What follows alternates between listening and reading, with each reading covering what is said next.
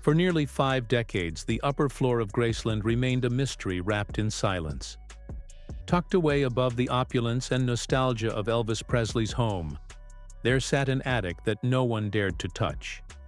Locked, dusty, and forgotten, even those closest to the Presley family avoided it. Until curiosity cracked the silence. When that door finally creaked open, what they found wasn't just a collection of relics or glittering jumpsuits.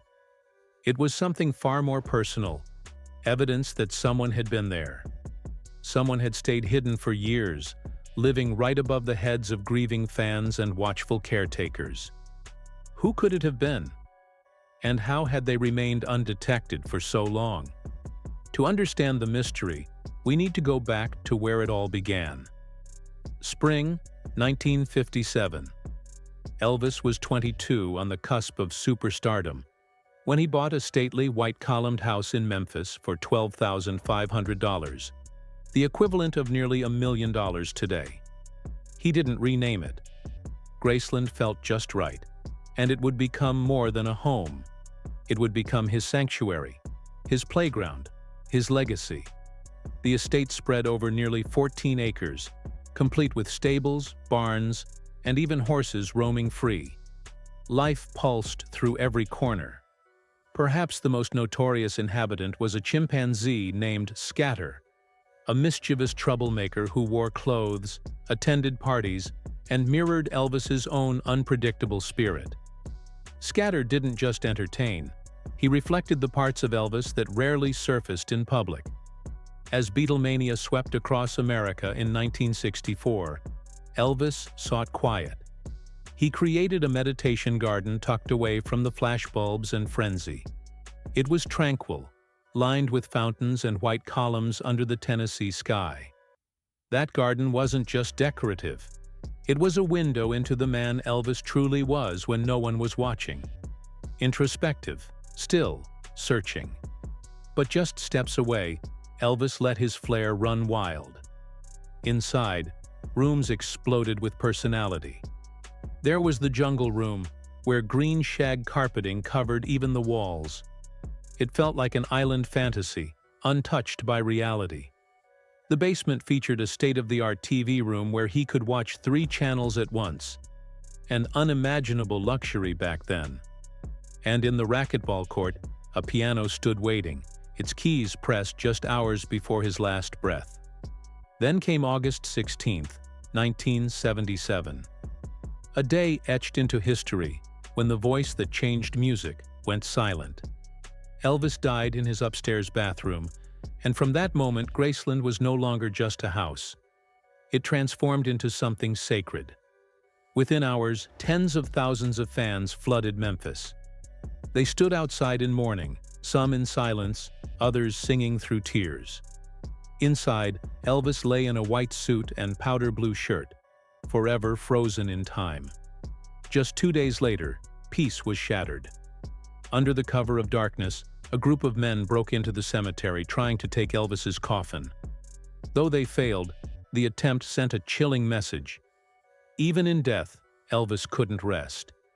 His father, Vernon Presley, devastated and desperate to protect what was left, arranged for Elvis and his mother to be quietly moved to Graceland.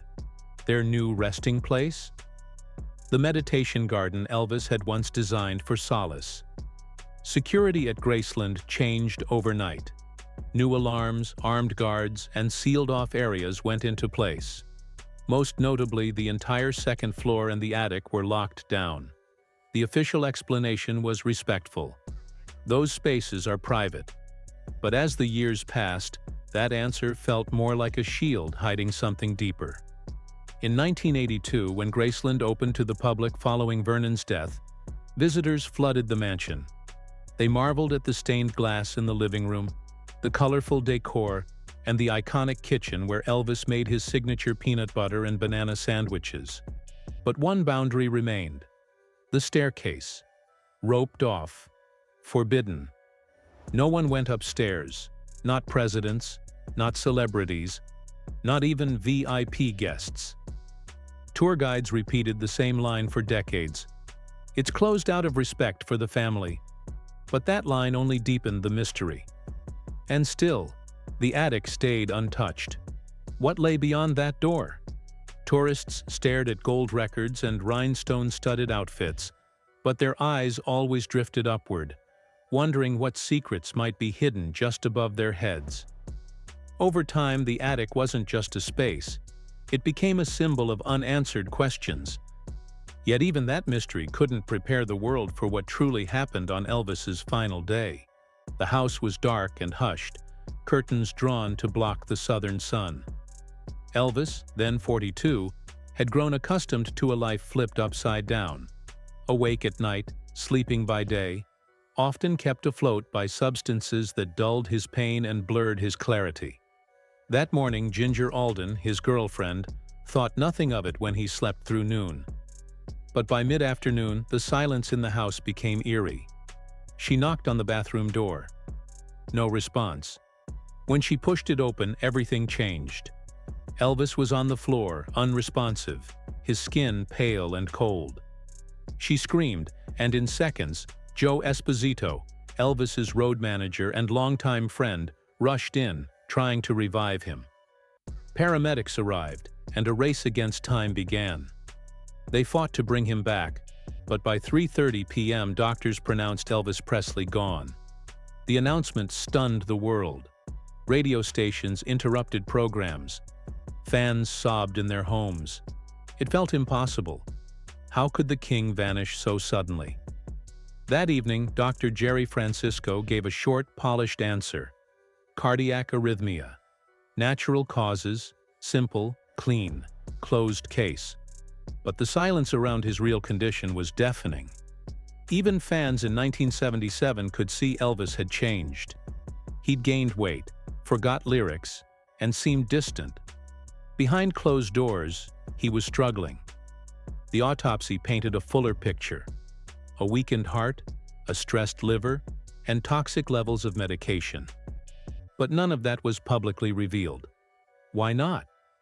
Perhaps it was to protect a legacy. Or maybe it was to protect someone else entirely.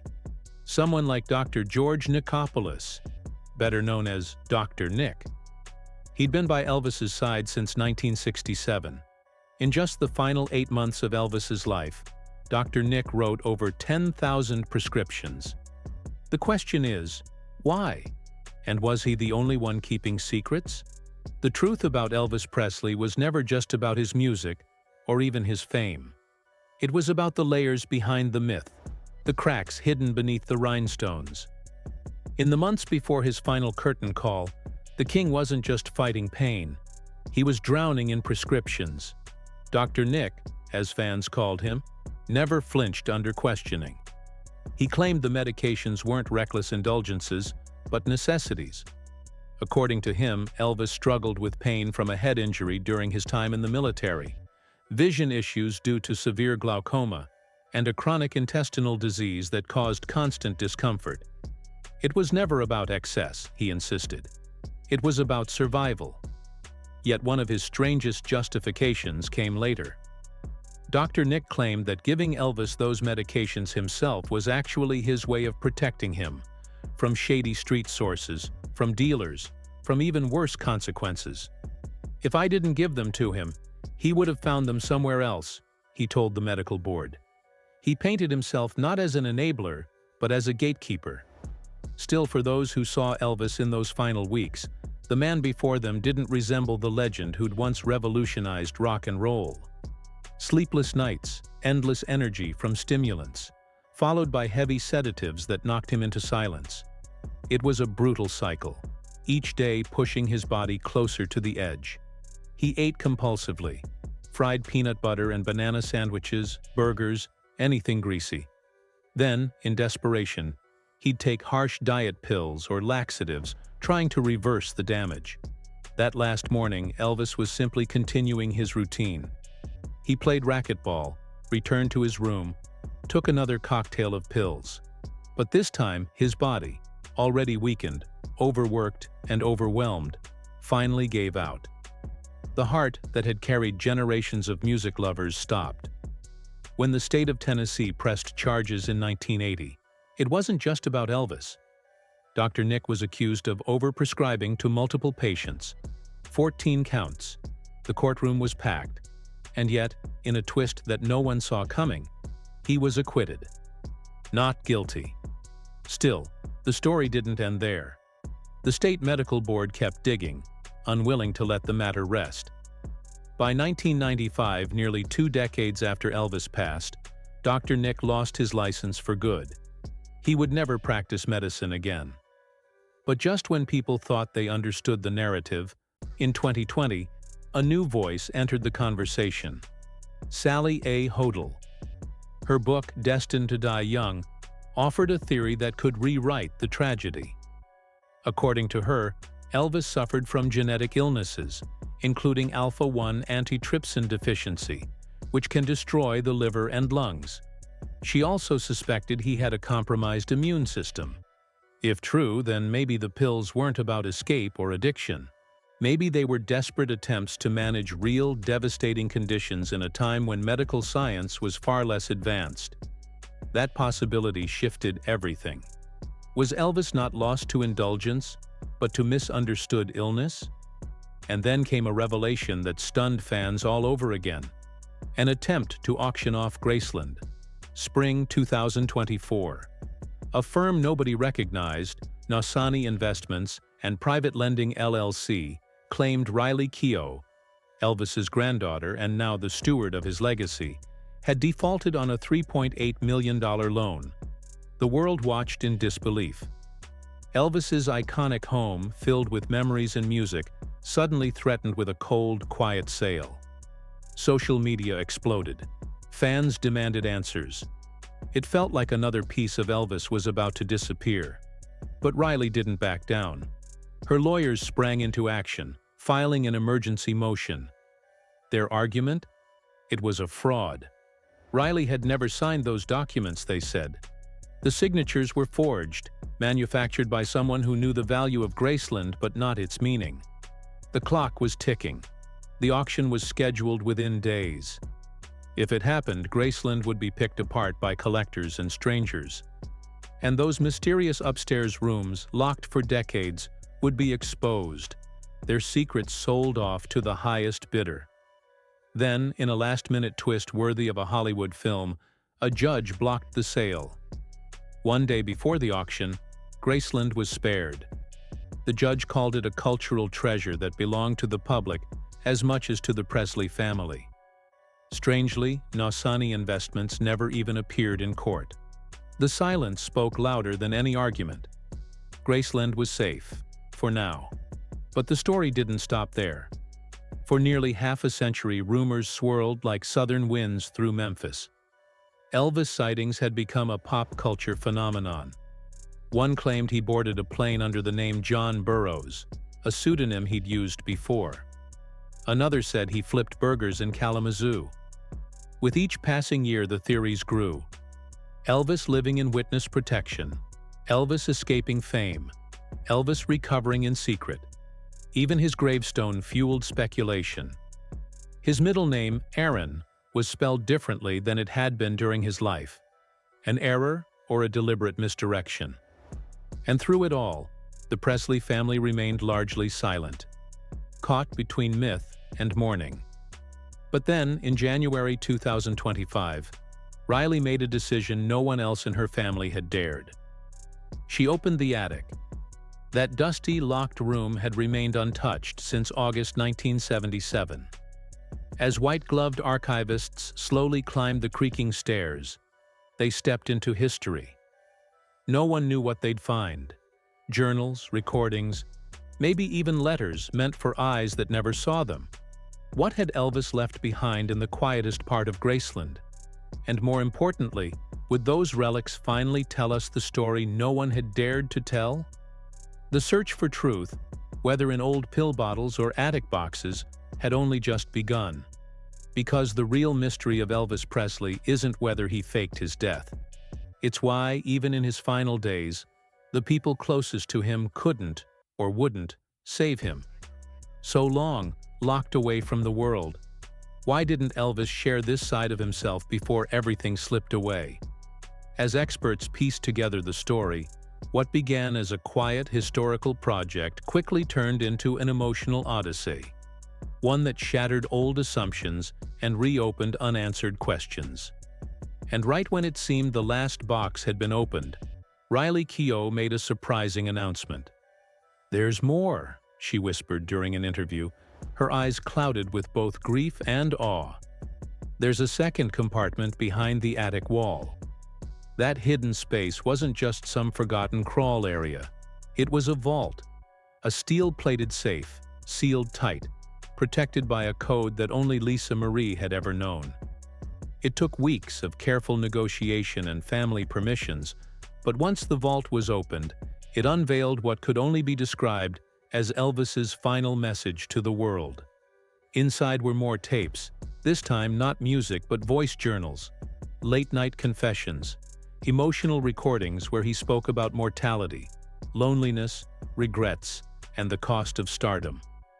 "I gave the world everything," his voice cracked through one of them, "but I forgot to save some of it for myself."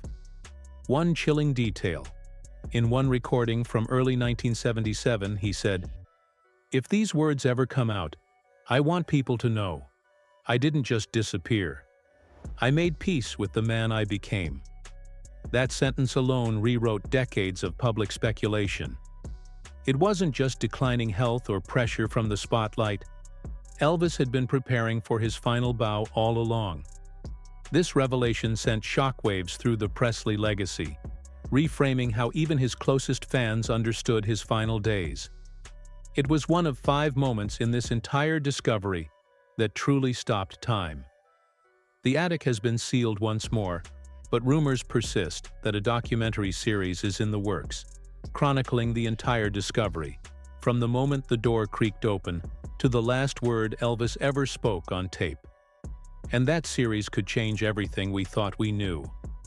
It's impossible not to feel the weight of it all. Here was a man worshipped by millions, haunted by silence, who poured his truth into old boxes and magnetic tape. The king may be gone, but the echoes he left behind, they're louder now than ever. They're unfiltered, unproduced, raw, and they're rewriting music history in real time. And the final lingering question, what did Elvis mean by "after," remains sealed in memory, like a note written in the margins of a life only he truly understood. And just when you think that's the end, when all stories are finally told, someone at Graceland mentions that there's still one box left, buried beneath the floorboards. No label, no markings, just a single word scribbled in fading ink. Tomorrow, that word alone, that's the last hook in the heart of this story. And maybe, the start of another. And there you have it. Elvis Presley's attic, unopened for 48 years, wasn't just a dusty old-time capsule. It was a portal to a story no one saw coming.